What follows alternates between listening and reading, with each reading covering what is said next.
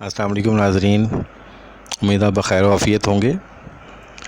आज हम एक बहुत इम्पोर्टेंट टॉपिक पे डिस्कशन करने जा रहे हैं। इनकम टैक्स ऑर्डिनेंस 2001 की सेक्शन 37 जो कैपिटल गेंस के हवाले से है, उस पे हम बेसिक इंट्रोडक्शन करेंगे और उसके बाद वैल्यूएशन ऑफ कैपिटल एसेट्स कैसे होती है और इसकी टैक्सेशन का मैकेनिज़्म क्या होगा। ये चूँकि एक वीडियो में कवर करना मुश्किल था, वीडियो बहुत लंबी हो जाती, तो इंशाल्लाह इसको हम 2 या 3 वीडियोस में कवर करेंगे, जिसमें इमूवेबल प्रॉपर्टी, लैंड, बिल्डिंग वगैरह के हवाले से भी और जो सिक्योरिटीज़ हैं और अदर एसेट्स हैं उसके हवाले से हम डिटेल्स देखेंगे। तो आज हम स्टार्ट करते हैं। कैपिटल गेंस क्या हैं और कॉस्ट ऑफ एसेट्स कैसे कैलकुलेट होगी और वैल्यूएशन का मैकेनिज़्म क्या है। तो मेरे साथ स्टे कीजिएगा और अगर आपको वीडियो पसंद आए तो लाइक कर दीजिएगा, अपने वैल्यूएबल कमेंट्स दीजिएगा और अभी तक आपने अगर मेरे चैनल को सब्सक्राइब नहीं किया तो सब्सक्राइब कर लीजिए। तो स्टार्ट करते हैं जी। कैपिटल गेंस होते क्या हैं? सेक्शन 37 कहता है जी, gain arising on disposable of a capital asset. कोई भी कैपिटल एसेट जब आप सेल करते हैं या उसको डिस्पोज ऑफ करते हैं तो उसके ऊपर जो गेन होता है वो टैक्सेबल होगा अगर वो एग्जेम्प्ट नहीं है। ठीक है, तो इंशाल्लाह आने वाले वीडियोस में हम देखेंगे कौन कौन से गेन्स जो हैं वो एग्जेम्प्ट है और कौन कौन से गेन्स जो हैं वो टैक्सेबल हैं। अब कैपिटल गेन कैसे कैलकुलेट होगा? कैपिटल गेन कैलकुलेट करने के लिए जो इनकम टैक्स ऑर्डिनेंस में फार्मूला दिया गया है वो है A minus B. A consideration received by the person on disposal of asset, यानी कि आप जब एसेट को सेल कर रहे हैं तो आपको जो पैसे उसमें मिले हैं वो उसकी सेल प्राइस यानी वो, minus B is the cost of asset. तो कॉस्ट ऑफ एसेट में से सेल वैल्यू माइनस करेंगे, सेल वैल्यू में से कॉस्ट ऑफ एसेट्स माइनस करेंगे तो वो कैपिटल गेन आएगा। ठीक है, तो अभी हम देखते हैं कि कॉस्ट ऑफ एसेट कैसे कैलकुलेट होगी।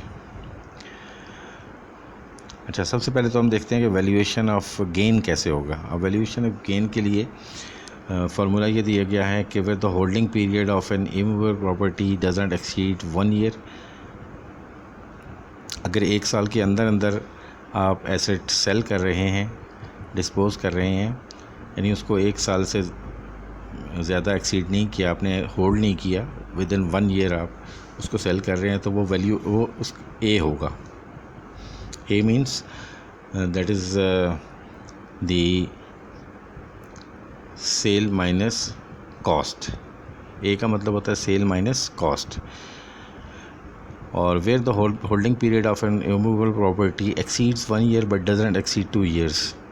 अगर आपने 1 साल से ज़्यादा होल्ड किया है प्रॉपर्टी को, ये इमूवेबल प्रॉपर्टी की बात हो रही है जी। इमूवेबल प्रॉपर्टी क्या है कि लैंड और बिल्डिंग। अगर होल्डिंग पीरियड 1 साल से ज़्यादा है और 2 साल से कम है तो जो सेल्स माइनस कॉस्ट यानी ए मल्टीप्लाई बाई 3/4 यानी 3/4 ऑफ द गेन, उसको हम कैपिटल गेन कहेंगे। और अगर होल्डिंग पीरियड 2 साल से ज़्यादा और 3 साल से कम है तो ए मल्टीप्लाई बाई 1/2 यानी कि half of the gain. Half of the gain को कैपिटल गेन टैक्स पर्पज़ के लिए हम समझेंगे, कैलकुलेट करेंगे। और अगर होल्डिंग पीरियड 3 साल से ज़्यादा है, 4 साल से कम है तो 1/4 होगा, ए मल्टीप्लाई बाई 1/4। तो 1/4 को हम for the purpose of taxation हम उसको कैपिटल गेन कहेंगे। और अगर होल्डिंग पीरियड 4 साल से बढ़ जाता है तो फिर उसकी वैल्यू हम नहीं, उसको गेन कंसिडर नहीं करेंगे as per income tax ordinance 2001। तो ये तो है valuation for the purpose of taxation. यानी अगर आपने एक 100,000 की चीज़ ली और 150,000 में सेल कर दी तो पहले ही साल में अगर सेल की तो वो 50,000 आपका गेन है।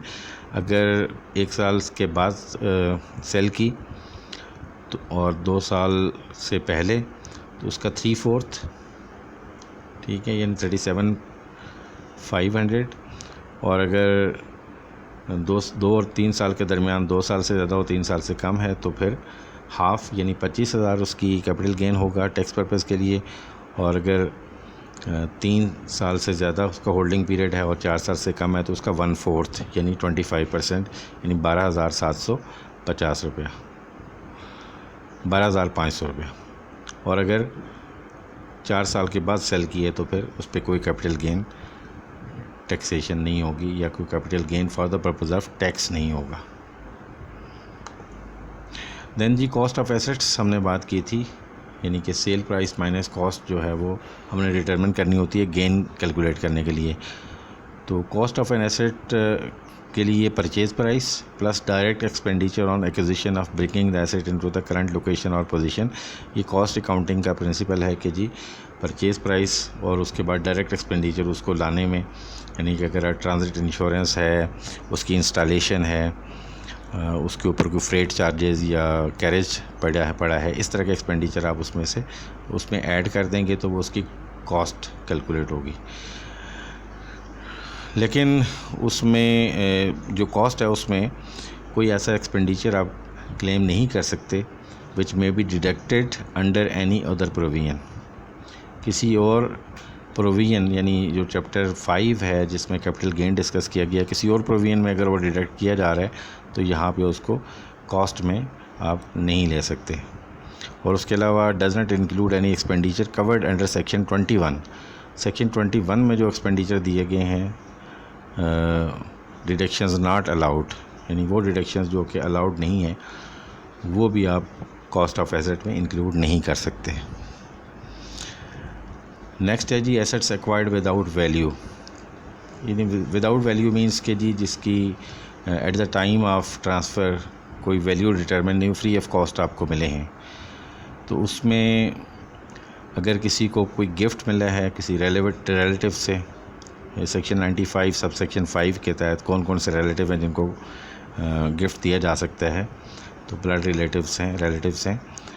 अगर आपको गिफ्ट मिला है, सेकंड इनहेरिटेंस हुई है, सक्सेशन और डेवोल्यूशन हुई है, उसके थ्रू आपको कोई एसेट आया है, या distribution on dissolution of AOP या पार्टनरशिप आपकी फर्म बंद हुई और उसके बाद उसके एसेट डिस्ट्रीब्यूट हुए और उसके नतीजे में आपको कोई एसेट मिला, या कोई कंपनी डिज़ोल्व हुई और उसके नतीजे में आपको एसेट की डिस्ट्रीब्यूशन हुई और वो आपको कोई एसेट मिला, यानी इसमें उसकी कोई वैल्यू डिटरमिन नहीं की जाती। तो कॉस्ट इस सूरत में क्या होगी, fair market value on the transfer या एक्विजिशन डेट। ट्रांसफ़र की डेट या एक्विजिशन जब आपको मिला उसकी डेट पे जो उसकी फेयर मार्केट वैल्यू होगी वो उसकी कॉस्ट होगी। अब कैपिटल एसेट्स क्या होते हैं जी? Capital asset means property of any kind held by a person whether or not connected with the business but does not include, यानी कि कोई किसी किस्म की प्रॉपर्टी, किसी किस्म का एसेट जो किसी पर्सन के कंट्रोल में है, उसके होल्ड में है, उसमें क्या क्या शामिल नहीं होगा। स्टॉक एंड ट्रेड या कंज्यूमेबल स्टोर्स या raw materials held for the purpose of business, आपके स्टॉक एंड ट्रेड है, ये स्टॉक है, इन्वेंट्री है, वो इसमें शामिल नहीं है। Any property with respect to which the person is entitled to a depreciation reduction under section 22 और amortization reduction under section 24। तो जिन एसेट्स के ऊपर सेक्शन 22 में डेप्रिसिएशन क्लेम की जा सकती है या जिन एसेट्स के ऊपर अमोर्टाइजेशन आप सेक्शन 24 के तहत क्लेम कर सकते हैं वो भी आपके कैपिटल एसेट्स में नहीं आएंगे for the purpose of tax. Any movable property excluding capital assets specified in subsection 5 of the section 38। Section 38 के सबसेक्शन 5 में जो movable properties डिस्कस हुई हैं, held for personal use by the person or any member of the person's family। अगर आपके पास कोई वो वाले एसेट्स हैं जो सेक्शन 38 सबसेक्शन 5 में डिस्कस हुए हैं तो वो भी कैपिटल एसेट्स में नहीं आएंगे, या उसकी फैमिली के भी अगर यूज़ में है यानी पर्सनल यूज़ में, तो उसमें सेक्शन 38 सबसेक्शन 5 को अगर आप देखें तो उसमें इस तरह के एसेट्स हैं जैसे पेंटिंग्स हैं, ज्वेलरी है, कॉइन्स हैं, एंटीक्स पर हैं, इस तरह के एसेट्स जो हैं वो वहाँ डिस्कस हुए हैं, तो वो भी कैपिटल एसेट्स में नहीं आएंगे। तो ये बेसिक इंट्रोडक्शन था जी what are capital assets, capital gain क्या होता है, एसेट्स की कॉस्ट कैसे होती है और एसेट्स की वैल्यू कैसे डिटरमिन की जाती है। आई होप कि ये वीडियो आपको पसंद आई होगी। इंशाल्लाह एक नई वीडियो के साथ हाज़िर होंगे। कैपिटल गेन के जो और एरियाज़ हैं और या उसकी टैक्सेशन या रेट्स जो हैं वो इंशाल्लाह आने वाली वीडियोस में हम आपसे डिस्कस करेंगे। तो थैंक्स फॉर वाचिंग। इंशाल्लाह हाज़िर होते हैं एक नई वीडियो के साथ। अल्लाह हाफ़िज़। अस्सलामु अलैकुम वरहमतुल्लाहि वबरकातुहू।